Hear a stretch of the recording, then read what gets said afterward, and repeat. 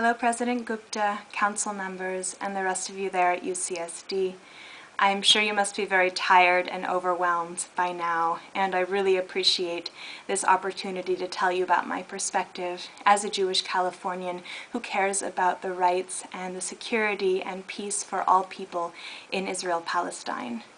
As a Jew, I did not grow up with a very neutral stance on this issue. In fact, I was taught to dismiss any discussion about the occupation. I thought it was lies and I thought it was propaganda. And I had first visited the area with the Birthright Israel tour, where I was taken around and showed wondrous things and never showed the reality of what was actually happening all around me to the people, to the other people, to the Palestinian people.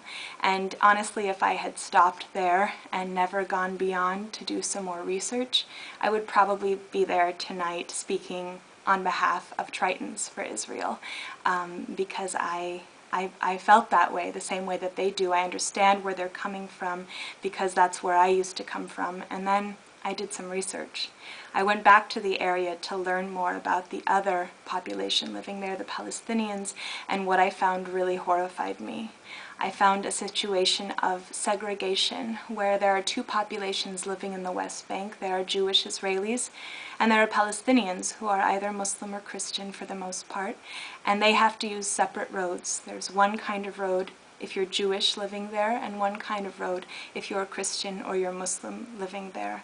I saw Jewish Israelis who were paid to leave Israel to move into the West Bank, pushing off my Muslim and Christian neighbors simply because of their religion and their ethnicity.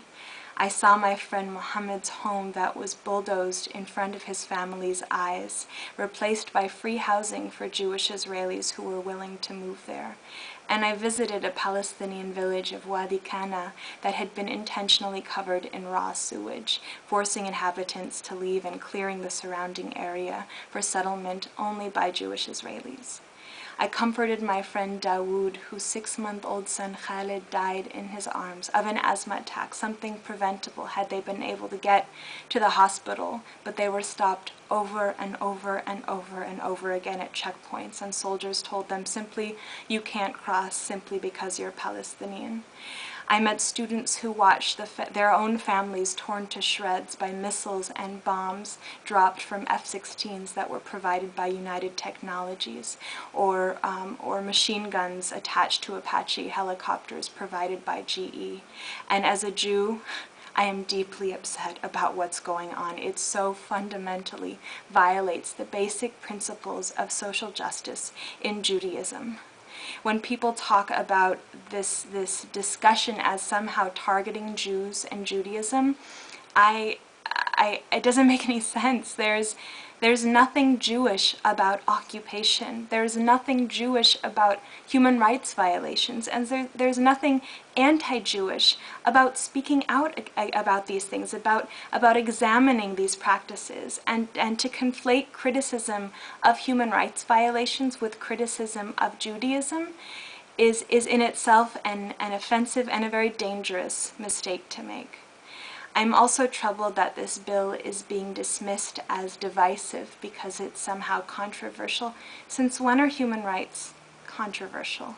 You know, if there's anything that we can all agree on, is it not that all people deserve to have human rights, whether they're Israeli or Palestinian or people in Darfur or people elsewhere? Can we not all at least agree that corporations should be held accountable for the way that they act wherever it might be, whether it's in South Africa or the Sudan or the Gaza Strip? This bill it's not holding GE and United Technologies to a higher standard. It's simply holding them to the exact same standard that every corporation should be held to. And if you came to me proposing another divestment resolution condemning other U.S. companies involved in human rights abuses elsewhere, of course I would endorse it. It is the morally consistent thing to do. This bill is not about singling anyone out. It's precisely about not singling anyone out for immunity. It's about being morally consistent, and it's about abiding by your own noble moral maxims, as stipulated in your own resolution about corporate social responsibility. And I commend UCSD's noble commitment to promoting peace.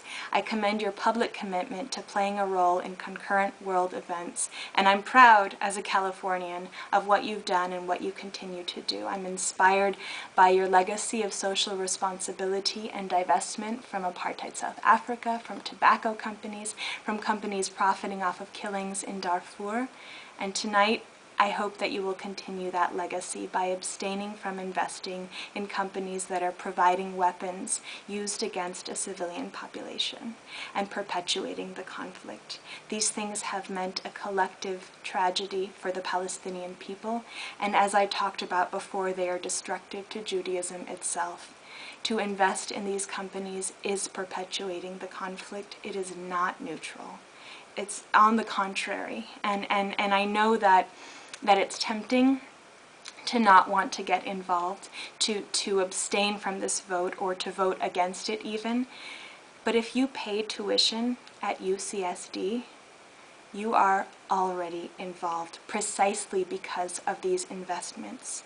To not be involved is precisely to vote for this bill. This bill is not asking you to take a side.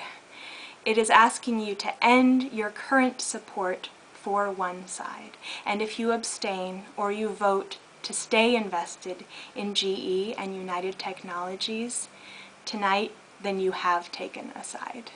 If your goal is to remain neutral, I urge you to pass this bill.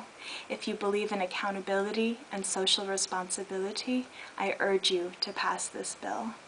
And if you believe in human rights, I urge you to pass this bill and continue UCSD's proud legacy of playing a peaceful role and doing the right thing, even if it doesn't feel that way there on the 4th floor of the Forum. There are millions of us around the world cheering you on. Do what you know in your heart to be right. Good luck.